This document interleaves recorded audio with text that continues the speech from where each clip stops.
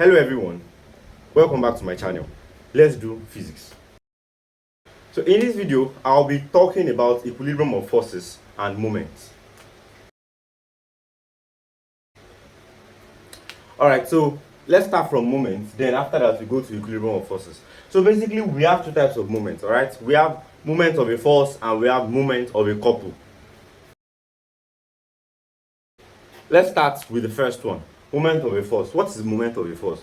Moment of a force basically is the product of a force and its perpendicular distance through which it acts. That is it.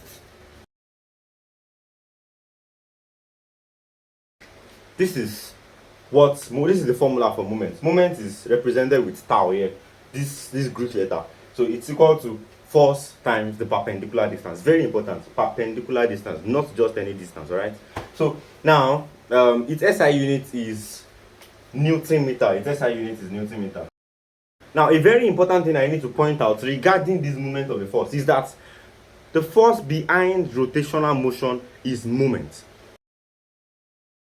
So the force behind rotational motion is moment. Very important. So that is it basically for moment. Now, a very good example of moment of a force, or where moment of a force applies, is in the rotation of a door handle and in the action of a spanner, basically. So that is it on moment of a force. Let's go into moment of a couple now.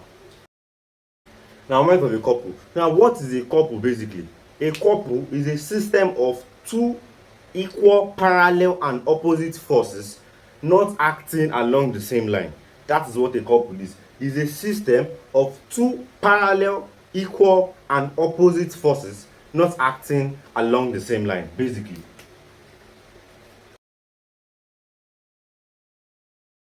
So that is what a couple is. Now, the moment of a couple is called torque. The moment of a couple is called torque. The moment of a couple is called torque. Now, a very good example where this applies is when we want to open a tap. Now, the forces applied by our thumb and our index finger. This is the thumb, this is the index finger. By our thumb and our index finger while opening a tap is called a couple. So what we are doing there is a couple, basically. So, alright, so that's what it is. Now, let me point this out also. Note that now, if two equal and opposite forces act along the same line, their moment will be what? Their moment will be zero. Their moment will be zero. That's just on period. Let us check a question now. Alright, so let's check this question. The question says, which of the following motions will be produced by a pair of equal, opposite, and non-collinear parallel forces acting on the body? Option A says oscillatory, option B random, option C rotational, option D translational. So yeah, don't forget I said something initially. I said what? The force behind a rotational motion is what? Is moment. Is moment, alright? So the correct answer in this case is rotational force. The correct answer is rotational force. So that is it for the question. Now let us go into equilibrium of forces. Let's go into equilibrium of forces. Okay, now, so what is equilibrium first? Let us start with that. Now, whenever you hear the word equilibrium, equilibrium means what? It means balance. That's what equilibrium means. Equilibrium means balance.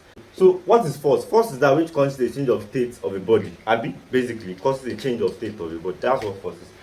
So now let's combine the two together. So it is going to be what? Equilibrium, balance, force, that which causes a change of state of a body. So basically, it is going to be something like bringing balance to that which causes the change of state of a body. Basically, that is bringing balance to the forces that cause the change of state of the body. That's what equilibrium of force is. Alright? So now before we dive straight into what this concept entails, let us start with center of gravity. What is center of gravity? Center of gravity is a point where all the mass of a body concentrates, or where its resultant weight acts. That is what center of gravity is. And also, center of gravity is also known as the center of mass. So this is what center of gravity is. It's a point where all the mass of a body concentrates, or where its resultant weight acts. A very good point about this concept, very good thing, a very important thing that you need to know about this concept is that center of gravity depends on two things, alright? It depends on the shape of the body and it depends on the symmetry of the body.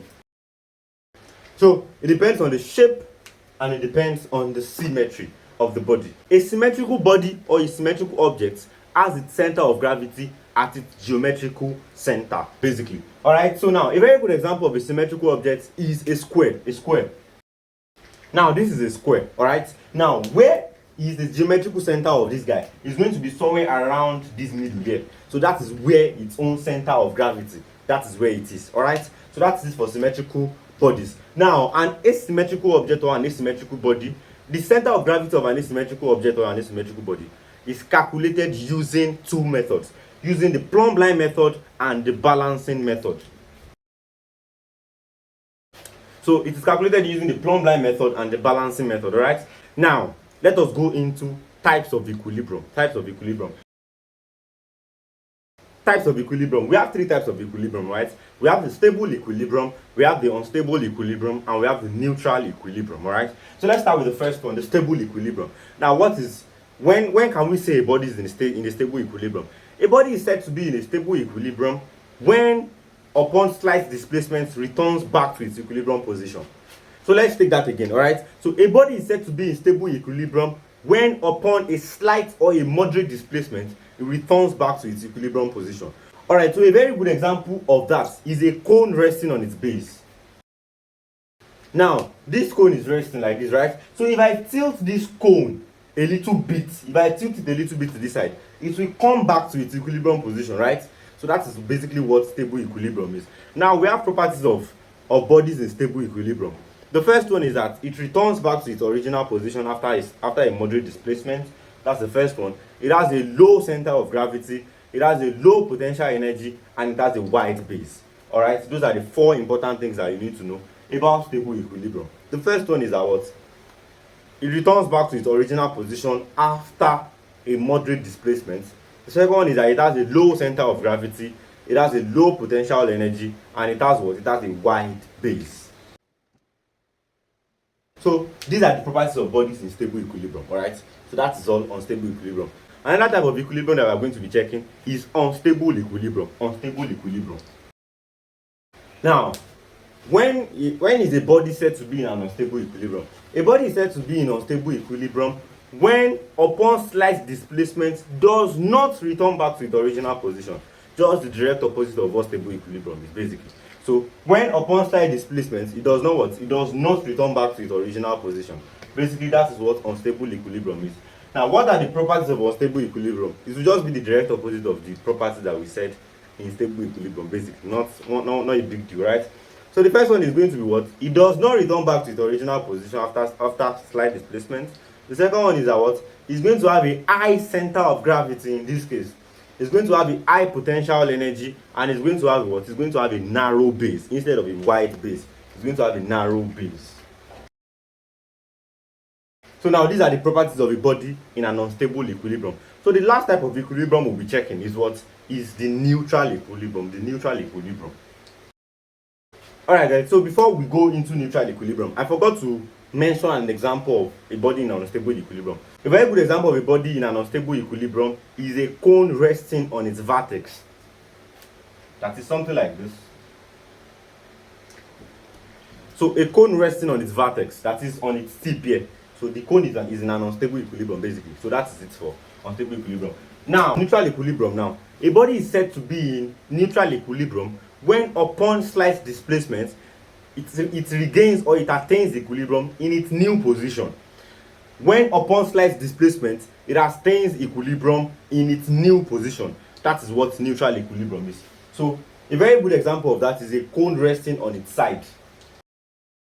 So you have a cone that is resting on its side like this. If you shift this cone a little bit, what is going to happen? It is going to rest, it's going to attain equilibrium in its new position. That is what neutral equilibrium, that is what it is. So there is no difference between the object's initial position and its final position. Very important. So a body that is going to undergo neutral equilibrium does not have to bother itself with high COG or low COG, high PE or low PE, wide base or all those stuff. So do you get it? Does not have to concern itself with those ones, because the object's initial position is going to be its final position at the long run. That is, if I shift this guy a little bit, you are going to have something like what? You are going to have something like this. So if I shifted it a little bit, you are going to have what? You are going to have something like this. So the body attained the equilibrium in its new position. Alright, so you don't have to bother yourself with high COG or low COG or stuff like that. So that's it on equilibrium. That's it on types of equilibrium rather. So that's it on types of equilibrium. Now let us move to a very important aspect of this topic now. Equilibrium of parallel coplanar forces, and that is the most crucial aspect of this video. Alright, so we have this now. This is a rod AB. We have 4 forces acting on it. F1 acting downwards, alright? F1 is acting downwards. F2 is acting downwards. F3 is acting upward, and F4 is also acting upward, alright? So the distance between F1 and the fulcrum, this is the fulcrum, is x1. The distance between F2 and the fulcrum is what? x2. The distance between F3 and the fulcrum is x3. And the distance between F4 and the fulcrum is F4. Now, we have 2 conditions by which parallel coplanar forces keep a body in equilibrium, alright? So the first one is that sum of upward forces is equal to sum of downward forces. That is it. Alright, so this is the first condition we're talking about. Total upward forces equals the total downward forces. That's the first one we're talking about. Now, of course, we know what upward and downward, we know what they are, right? Upward is up and downward is down, definitely. So F1 and F2 are the 2 forces acting downward, while F4 and F3 are the 2 forces acting upward. So the sum of F1 and F2 should be equal to the sum of F4 and F3. So this is it basically. So the total sum of downward forces, that is F1 and F2, is equal to the sum of upward forces F3 and F4. That is the first condition that coplanar forces use in keeping a body in equilibrium. The second one is a bit tricky, alright, but it's not that complex. So now, the second one is total clockwise moment is equal to the total anti-clockwise moment. Very important. Don't confuse them for each other. This is total upward forces is equal to the total downward forces. That's why we are adding only F1, F2 is equal to F3, F4, alright? The second condition is that total anti-clockwise moment is equal to the total clockwise moment, or total clockwise moment is equal to the total anti-clockwise moment. They are both saying the same thing. So this is the second condition. Total clockwise moment equals the total anti-clockwise moment. Now, we need to establish 2 things before we actually do this, alright? The first one is that let us establish what clockwise and anti-clockwise, what they are. Now, we have a clock like this. We have a clock like this, for example. How does the clock move? The clock moves from 1, 2, 3, 4. The clock moves in this direction. Abi? The clock moves in this direction. So this is the clockwise movement. The clockwise movement is something like this. Do we get? So this is the clockwise movement. And then the anti-clockwise movement is in which direction? Of course, the opposite. So it's going to go in this direction. So this is clockwise. So this is clockwise, that is, it goes in this direction. That is from 1, 2, 3, 4, 5, 6, 7, 8, 9, 10, 11, 12, 1, 2. You get it? So it's going like this. But then this is going in the opposite direction. It's going from 6, 5, 4, 3, 2, 1, 12, 11, 10, and the like that. So this is the anti-clockwise. This is the clockwise. So that's the first thing we need to establish. Now the second thing that we need to establish is that what is moment itself. Now remember in the beginning of the video I said what moment is the product of the force and the perpendicular distance. That is, for example, force F1 now, if you want to calculate the product, if you want to calculate the moment of force F1, what are we going to do? It's going to be what? The product of this force F1 itself and the perpendicular distance, which is what? X1 in this case. So if you are taking moments about this pivot, it's going to be what? F1 multiplied by its perpendicular distance. What is perpendicular? At 90 degrees, abi? So we have a force here, then we have what? A perpendicular distance. So the product of this force and its perpendicular distance is what we call moment, abi? So now, after establishing that, first one we established was what? Clockwise is what? In this direction, anti-clockwise in this direction. The second one is that what? Moment is the product of the force and its perpendicular distance. So F1 multiplied by the perpendicular distance x1, F2 multiplied by the perpendicular distance x2, F3 perpendicular distance is x3, F4 perpendicular distance is what? X4. Now let us check what the rule is telling us. It tells us that what? Total clockwise moment equals total anti-clockwise moment. Now let us check the forces that are acting clockwise and the forces that are acting anti-clockwise. Now, since the clock goes in this direction, it means that F4 is going in which direction? This is F4, abi? F4, we are taking moments about the pivot, please don't forget. So now, F4 is going to go in this direction, abi now? So let's say this was 12 o'clock. This is going to be something like 1, 2, 3. So this is going clockwise. F4 is going clockwise. Fact 1 established. Now, which other force is going clockwise here? F2 is also going clockwise. So F2 is also going clockwise. How is that? Now this might be a bit confusing, alright? It is not confusing, don't confuse yourself. F4 is going clockwise. I think that is established already. Let's say for example this is 11 o'clock, this is going to be 12 o'clock, this is 1, 2. So this is still going in the way the clock should go. 11, 12, 1, 2, 3, 4, 5, 6, 7, 8 and the likes. So this is clockwise. F4 is acting clockwise. Established. So our clockwise now. Now, I told you F2 is also going clockwise. How is that possible? Now let us say for example, this is 5 o'clock. This is going to be 6 o'clock. This is going to be 7 o'clock. This is going to be 8 o'clock, 9 o'clock, 10 o'clock and the likes like that. So this is also going clockwise. Because definitely how the clock goes is from 5, 6, 7, 8, 9, 10, 11, 12, 1, 2 and the likes like that. So you get. So now F2 is also going clockwise. Very important. F4 is going clockwise. We explained that already and that has been established. F2 is also going clockwise. F2 is also going clockwise. So now let us check this diagram that I used for explanation here. If you check from here to here,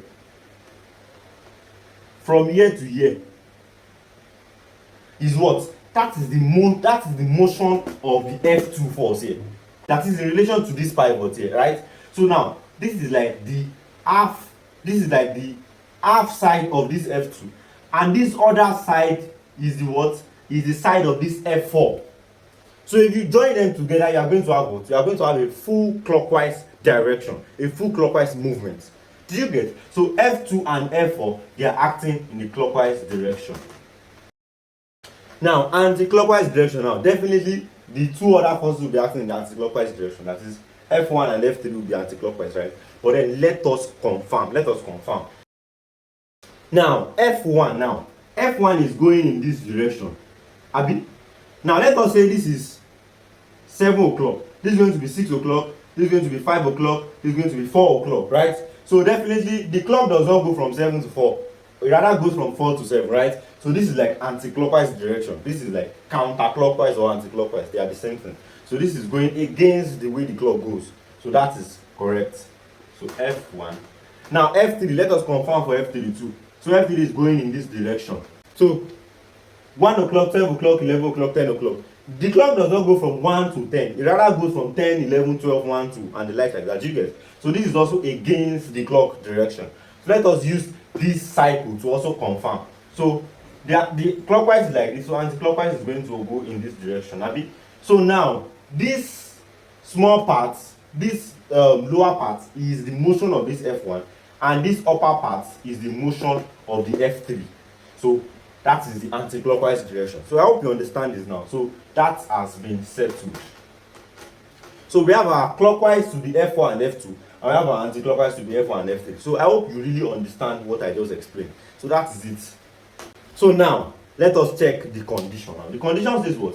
Total clockwise movement is equal to the total anti-clockwise movement. Alright? So what are our clockwise movements? Our clockwise movements are what? F4 and F2, and our anti-clockwise are what? F1 and F3.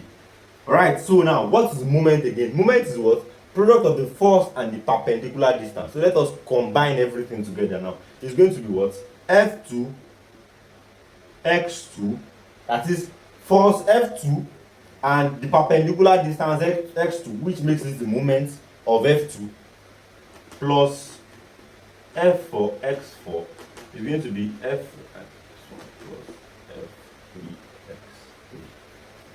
So this is what we have. That is, these are the clockwise moments, these are the anti-clockwise moments. Alright? Now, moment is what? Product of the force and the perpendicular distance, plus the second clockwise is what? F4 and the perpendicular distance, F1 and the perpendicular distance, F3 and the perpendicular distance. So I really do hope you understand this concept. And let us dive into solving questions now. Let us solve questions on them. So we have this question. The question says, using the diagram below, calculate the moment of the force 10 Newton about pivot P. Now, what is moment? They said what? Calculate the moment. So what is moment? Moment is the what? Product of the force and the perpendicular distance. So this is our force 10 Newton. The perpendicular distance is going to be what? That is, this is going to be the distance. This guy right here. Because this is the one that is perpendicular to this guy. Alright? So it means what? We have to, now our pivot is inclined at an angle. We have to resolve this pivot to this horizontal. So once we resolve it to the horizontal, that will be the perpendicular distance of the 10 Newton force, and then we'll multiply and we'll get our final answer. Now, how do we resolve to the horizontal? How do we resolve P to the horizontal? Basically, you should know that when you are resolving to the horizontal, it's going to be what? It's going to be cos, alright? So it's going to be what? Alright? So they gave us the distance to be 12 meters, but then the distance is inclined at 30 degrees. So we have to resolve it to the horizontal, which is going to be 12 cos 30 in this case. Then we have our force as 10 Newton. So our moment is going to be what? So this is our moment. Our moment is what? 60 root 3 Newton meter. 10 times 12 cos 30. Distance is 12 cos 30. 12 cos 30 is root 3 over 2. 2 in 12 is going to be 6. That's going to be 6 root 3. So our correct answer is what? 60 root 3 Newton meter. So I hope you understand this. Now let us check this question. The question says, a body of mass 58 grams is suspended at the 20 centimeter mark of a uniform metal rule. The metal rule is adjusted on a pivot until it settles horizontally at the 40 centimeter mark. Determine the mass of the metal rule. Determine the mass of the metal rule. Now, a very important thing I need to point out about this type of question is that whenever you see the word uniform metal rule, the thing that you need to know is that the meter rule is 100 centimeter or 10 meter, 100 centimeter or 10 meter, and also the center of gravity is always at the middle, that is at the 50 centimeter mark or at the 5 meter mark. So whenever you see the word uniform meter rule, just know that the total length of the meter rule is 100 centimeter or 10 meter, and what the center of gravity is what? Is at the middle, which is at the 50 centimeter mark or at the 5 meter mark. Very important. So now let's go to the question. The question says, a body of mass 58 grams is suspended at the 20 centimeter mark of the uniform meter rule. So let's say this is a meter rule, 100 centimeters. So this is from 0 to 100. They said a body of mass 58 grams is suspended at the 20 centimeter mark. That is 58 grams at the 20 centimeter mark of the uniform meter. The meter is adjusted on a pivot until it settles horizontally at the 40 centimeter mark. That is, the pivot settles at the 40 centimeter mark. So let's say this is our pivot here at the 40 centimeter mark. Determine the mass of the meter rule. Now, let us go back into the definition of center of gravity. What is center of gravity? Center of gravity is what? Is a point where all the mass of the body is concentrated. So it means that what? And I said the center of gravity of the uniform meter rule is what? Is at the 50 centimeter mark. It means that what? The mass of the meter rule is going to be at the middle, which is at the 50 centimeter mark. Do you get that? Center of gravity is the point in a body where all the mass is concentrated, right? And I said that what the center of gravity of a uniform meter rule is what? Is at the middle. Sorry, the center of gravity is, of a uniform meter rule is at the middle, which is at the 50 centimeter mark. It means that what? The mass of the meter rule is also going to be at that 50 centimeter mark. Do you get? So it means that what?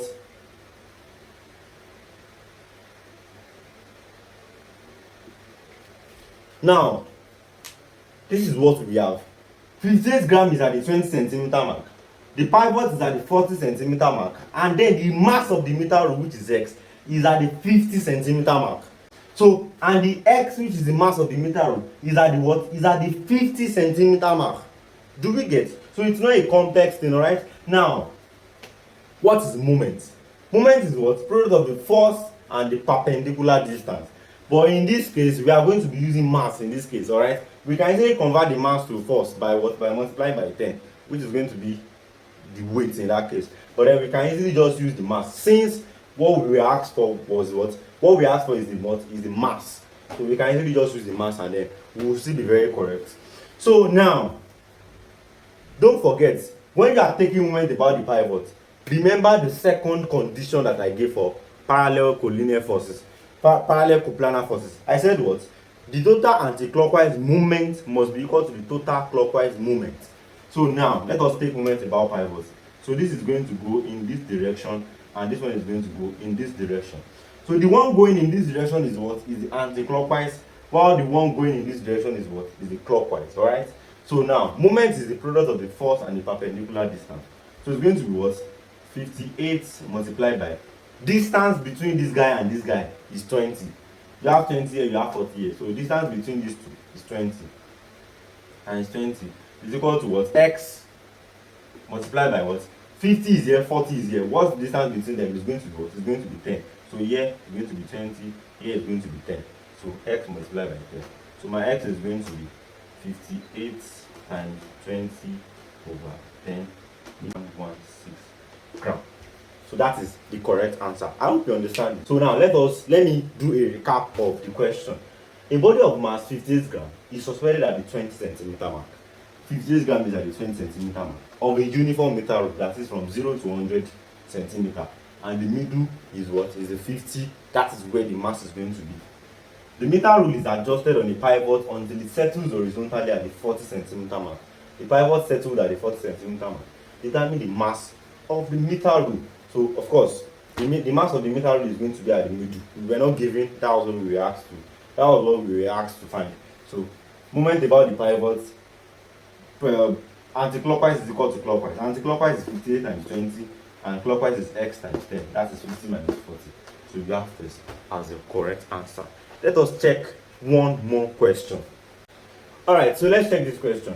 Question says, determine the magnitude of force P acting on the weightless beam in equilibrium as shown below. So we have this. Now the first thing that we need to check is what? The question says what? A weightless beam. It means that what? The mass of the beam or the weight of the beam should not affect us in this question. That we should disregard the weight of the beam. Do you get? That is the first thing that you need to know. Once you see anything weightless beam, it means that the mass of the beam or the weight of the beam does not concern you. Okay, now we have 40 Newton that is acting here. Then the distance, this is the pivot, alright? This is the pivot or the fulcrum. This is the pivot. Distance between the pivot and the 40 Newton is 20 centimeter. Then between this 40 Newton and this P is what? Is 30 centimeter. Now, very important. We saw that what? This P is not straight. It's inclined at an angle. Alright? It's inclined at 30 degrees. Now, basically, here, what do we need to do? We need to take moment about pivots. Alright? Then, what are we going to do? We use the second condition also. That was total anti-clockwise moment is equal to the total clockwise moment. So this 40 Newton is going to go what? In this direction. So this is what? This is in the clockwise direction. Let's say this is 5 o'clock, this is going to be 6 o'clock, 7 o'clock. So this is like the clockwise direction. Alright? And this one is going to be what? The anti-clockwise direction. This is going to be the anti-clockwise direction. This is going from like 1 to 12 to 11 to 10. Do you get? So this is the anti-clockwise, this is the clockwise. But then, very important, we cannot solve this question straight up like this. Why? Because our P is not a normal straight P. It is inclined at 30 degrees. Now what we need to do is that we need to resolve this P to the vertical. Once we resolve the once we resolve the P to the vertical, that is, we have something like this. Once we resolve the P to the vertical, then we can take our moments and then solve our question. Do we get? So let us resolve this P to the vertical now. So resolving P to the vertical, what are we going to have? It's going to be what? P sine 30, right? If you are resolving to the horizontal, it's going to be P cos 30, and resolving to the vertical is going to be P sine 30. So let us take moments about the pivot now. So the clockwise is what? The 40 Newton. So that's going to be what? 40 multiplied by the distance. The perpendicular distance between the 40 and the pivot is what? Is 20. Is going to be what? Our anti-clockwise, which is P, but then P sine 30, this vertical one here. This vertical one is the P sine 30 we are using. That is P sine 30 multiply by what? Multiply by the distance, perpendicular distance between the p sine 30 and what? And the pivot, which is what? 20 plus 30, which is 50. So that is 50. So 40 times 20 is going to be, so 32 Newton is the correct answer. Very, very important. 32 Newton is the correct answer. So I hope you understand this question that I solved and the ones we'll be doing all along. So please do well to like, comment, and subscribe. Please. And then turn on notifications for my new videos so that you can get them as soon as I upload them. So thank you very much. And if you have any question that you do not understand that you need me to help you solve, you can write them in the comment section and I will do well to attend to them as soon as possible. Thank you very much for your time and have a wonderful day. Bye.